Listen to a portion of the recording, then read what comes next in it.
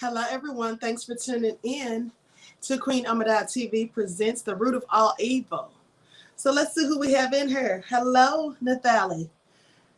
Don't need a man, stop telling me I do. Melanated Brown, Michael M, Hiram X, Katia Goodsey, Kenla, Sylvia. Thank you all for tuning in. So this is the first episode. And tonight I'm going to be talking about the Dunbar heist, where these men got together and they robbed an armored truck. Now, it was clearly an inside job, and this fascinates me because it is, in fact, the largest cash heist in United States history. And this was pulled off in September of 1997. So let's talk about it. Now, there was a guy by the name of Alan Pace who actually worked at the Dunbar Company.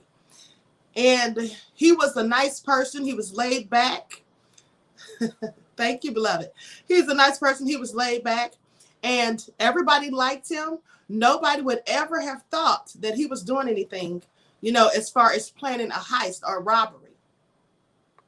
But one thing about it is this whole thing was very meticulous. It was carried out with military precision. He carefully got together the crew that he was going to use for his assistance. And these were all people that he had grown up with. So there was trust there. They grew up together. They knew and trusted each other, and they worked together. They were all trained to use weapons. None of them had criminal histories. They also had worked together and moonlighted as bouncers at nightclubs. Okay, so they knew, how to defend themselves and things like that. And like I said, this was very well thought out and very well put together. And had it not been for one simple, minuscule mistake.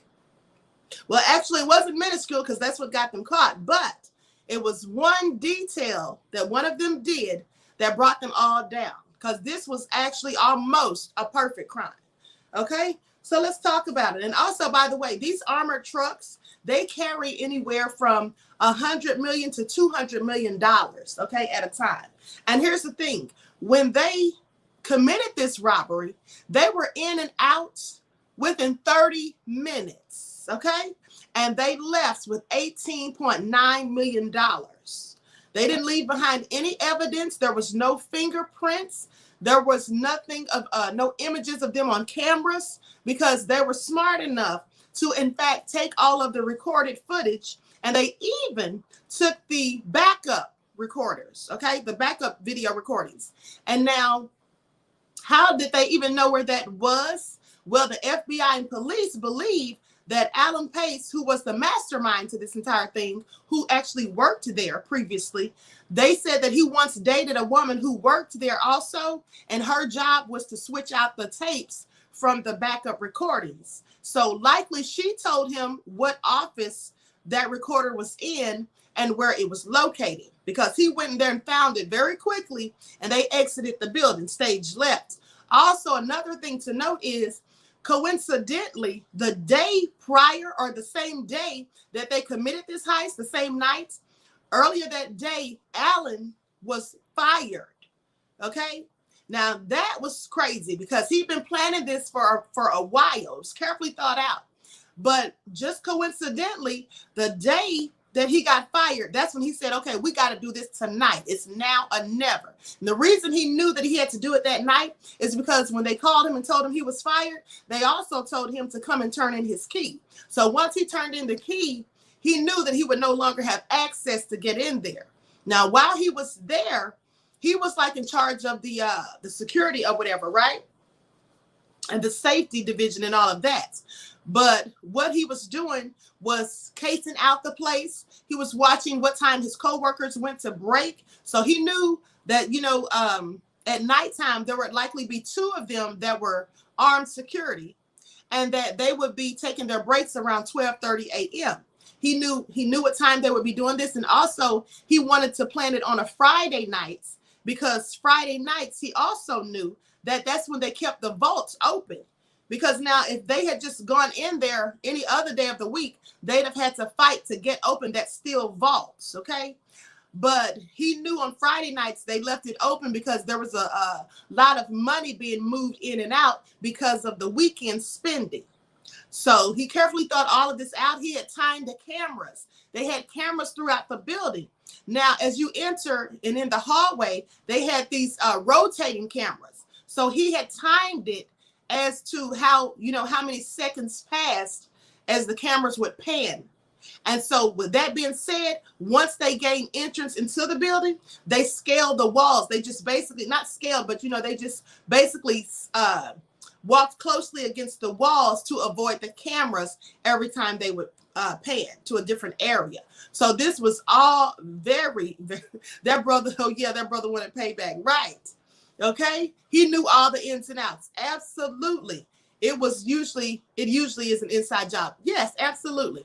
So like I said, this was very carefully thought out, and they left no clues. The only thing that they did leave behind, which really didn't lead the police anywhere, was a tail light from the U-Haul that they rented.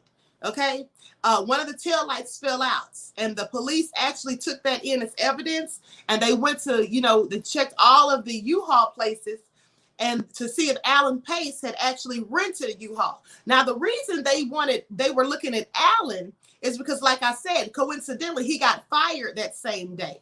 So they thought, okay, well, he's fired, so maybe he has a motive to do this. So that's why they checked the U-Haul places to see if he had, in fact, rented a U-Haul. But he was very smart. So, of course, the U-Haul was rented, but it wasn't in his name. Okay, and they'd also told each other they would wait at least 6 months before spending any of the money. Okay, and then with that all being said, they carefully, planned all of this out or whatever, and they weren't planning on spending the money anytime soon. Now, once they got the money, they got the aid from an attorney they knew and another guy to help them launder the money. They paid both of these two men $1 million apiece. Now, I know that's a lot of money, but not really when you have 18.9 million, right? And so they bought numerous amounts of real estate, and they didn't have anything in their names. They made sure to hide it in other people's names and things like that, so nothing traced back to them. So the police were looking at Alan Pace, but he was so smart, they couldn't find anything on him. They even had him under surveillance, but he was just going about his regular life, just working another job, and just doing things as low-key and laid back. So I'm going to read you the receipts so that I don't leave out any details, because what I'm telling you is just off the top of my head, of course. Okay? So with that being said, let me go ahead and get black into it. Okay, now the Dunbar Armed Robbery is the largest cash robbery to have ever occurred in the United States. This occurred on September the 12th of 1997, when 6 men robbed the Dunbar Armored facility on Mateo Street in downtown Los Angeles, California, making an escape with $18.9 million. Now, the robbery was orchestrated by Alan Pace III, along with his childhood friends, Eric Damon Boyd of Buena Park, Eugene Lamar Hill Jr. of Bellflower, Freddie Lynn McCrary Jr. of Arleta, Terry Wayne Brown Sr. of Los Angeles, and Thomas Lee Johnson of Las Vegas, Nevada. Now, the group left almost no evidence. As I told you, they merely left the tail light. Now, Hill was eventually implicated 2 years later. They had gotten away with this. Smooth could have never gotten caught, except Hill was implicated 2 years later when he accidentally gave a real estate broker a stack of cash, and I believe it was like $100,000 that he gave this person to launder. And he gave the person the money, but the cash that he gave him still had the currency straps on it. So unfortunately, and then the broker contacted the police and told on him. Once he told on him, Hill started snitching. Now, here's the thing. When they all came up and sat down together and planned this all out methodically, one of the things they agreed upon is that anyone got caught, you would take the fall. You don't implicate or tell on anyone else. But, of course, Hill started running his mouth, right? Eugene Hill. So with that all being said, he confessed almost immediately, implicating the 5 other robbers and 3 other men who had in fact assisted them in laundering the money. And let's not forget, one of those men was an attorney, so clearly he lost his license to practice law. Now, Pace was sentenced, and Pace, Alan Pace III, he's the one who orchestrated the entire thing, who worked at the facility. And here's the thing, too. When they came in the building, now, like I said, there were 2 guards who were on break. They knew there would be a break at 12:30. So what they did was they came in and they caught them off guard, right? And they ordered them to the floor and bound them. And then they knew that in the back of the building near the vault, there were 2 or 3 other workers. Now, there was a camera back there that they couldn't avoid. And they also knew that if those guards saw them on the camera, they would just hit the alarm. So their whole thing was they knew that they had to bum rush them before they could hit the alarm. And so that's what they did. They came out and caught them off guard too, tied them up and bound them. And they did all of this without hurting anyone or having to fire a single shot, right? So like I said, they knew that the safe was open on Friday nights because of the transactions, the money coming back and forth that they were taking out for weekend spending, right? And then another thing is Pace, since he had been doing all of this surveillance, you know, watching everything and gathering all his evidence for the robbery they were planning, well, he knew what part of the vault had the highest denominations of money. So they went straight to the bags with a larger cash currency in there, and they started taking those, okay? So they got everything loaded up onto the U-Haul, and they sped out of there. Okay, so now, once he gave this broker the money, the stacks of cash with the strap still on it, of course, like I said, the broker told on him, and then he confessed. Now, they had already been looking at Pace, but like I said, they hadn't found anything on him, right? And here's the thing, though. After Hill gave the money to the broker, before, they didn't just go and arrest him right away. They started watching him, and they started checking the U-Haul places to see if he had, in fact, rented a U-Haul during the Dunbar robbery, during that time frame. And guess what? He had actually rented the U-Haul on the day of the heist. So that's when they knew they had it. Okay, so that's when they brought him in or whatever. Now, he told on everybody else, like I said. Pace, the mastermind of the whole thing, he was sentenced to 24 years in prison in 2001. Boyd was sentenced to 17 years, and the other 4 robbers received sentences ranging from 8 to 10 years. Now, 2 of the men who assisted, the 2 men who assisted in the money laundering, they were sentenced to 2.5 years. Okay. And then Jada Pinkett's brother, Caleb Pinkett, if you all have ever heard of him, he does this show, directs, or this show, I believe it's called Charm City Kings or something like that. Anyway, he announced in 2020 that he was going to, or in 2020, he announced in 2020 that he was going to make a movie about this robbery, okay, in September of 2020. Now, the robbery was masterminded by Alan Pace, like I told you, and while on the job, he would take, he had time to photograph and examine all of the company's Los Angeles Armored Car Depot. And here's the thing, the day that he was fired, he was actually fired for playing pranks, because he would always prank people, right? Everybody liked him on the job. He was just funny and stuff like that. So he actually got fired because the bosses got tired of him doing these pranks where he would do things like mess with the company vehicles. He would unhook the tail lights and things like that, right? And so eventually they got tired of him. That's why he ended up getting fired. Now, so anyway,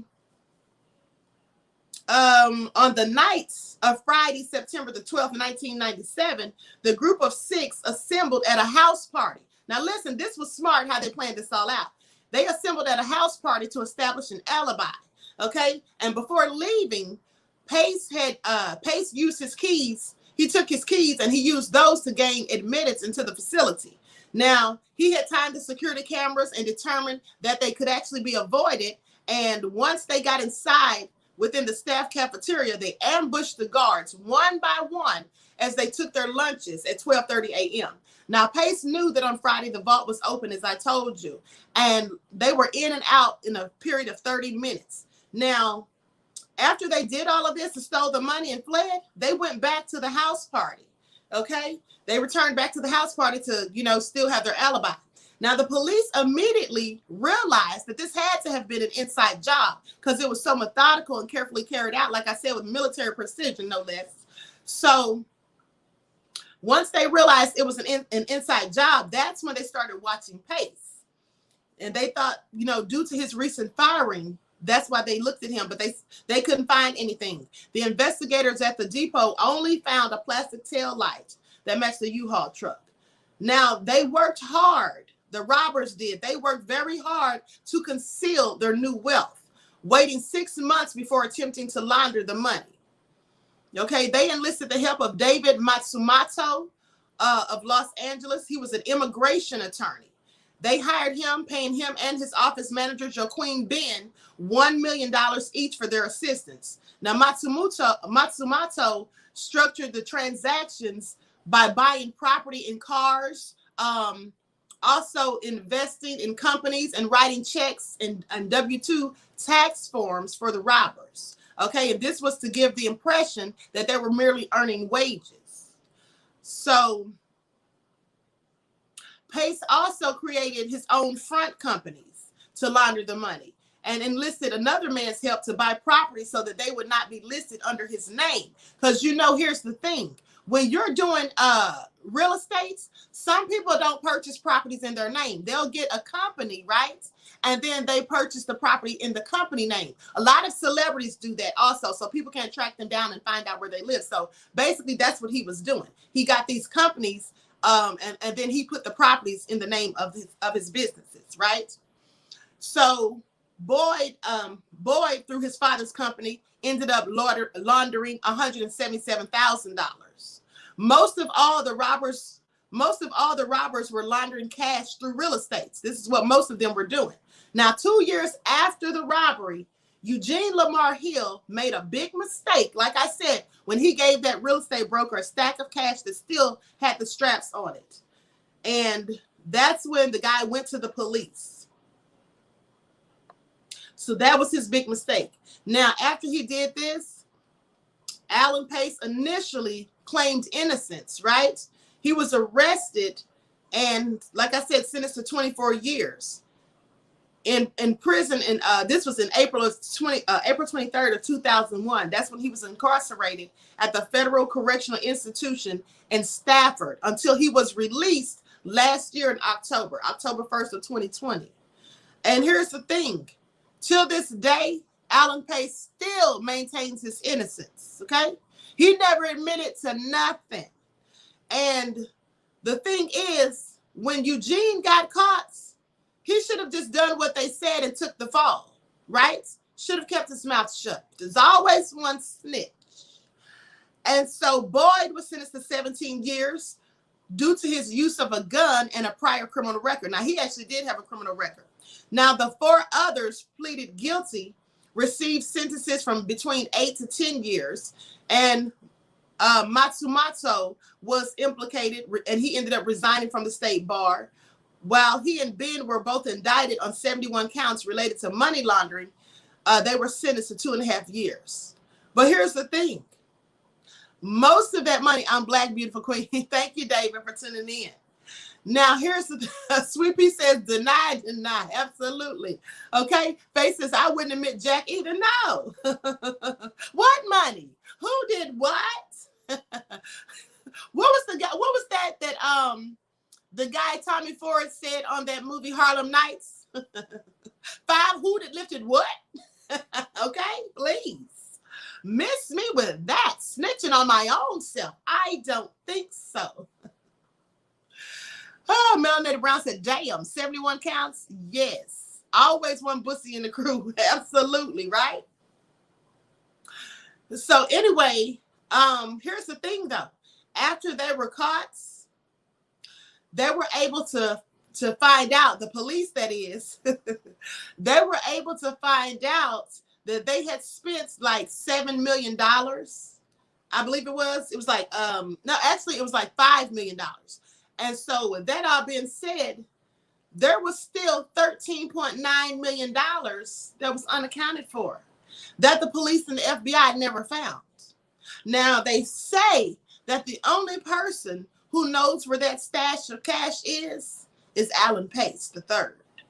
So I wonder where he stashed it and if it's going to be waiting for him. Or he's already out now. He got out last year. So I wonder if it was waiting for him when he got out, right? So anyway, what intrigued me most about this story is that it was, in fact, the biggest cash heist in U.S. history. And I love a good old bank robbery story, right? You know what I'm saying? Let me see if I can find a reenactment of it.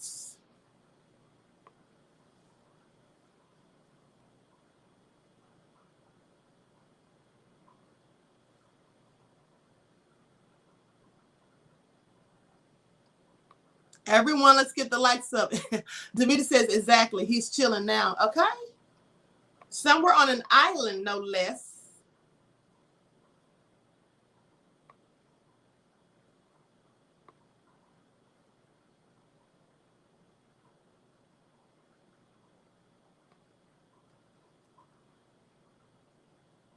Bear with me a moment, people.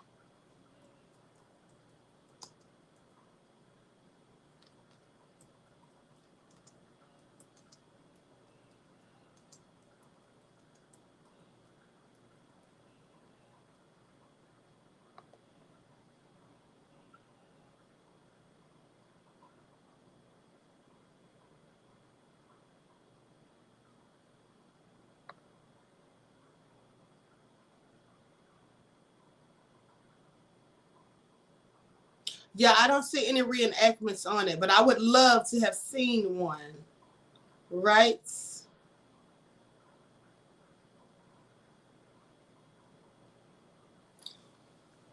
Chilling somewhere without extradition, preferably.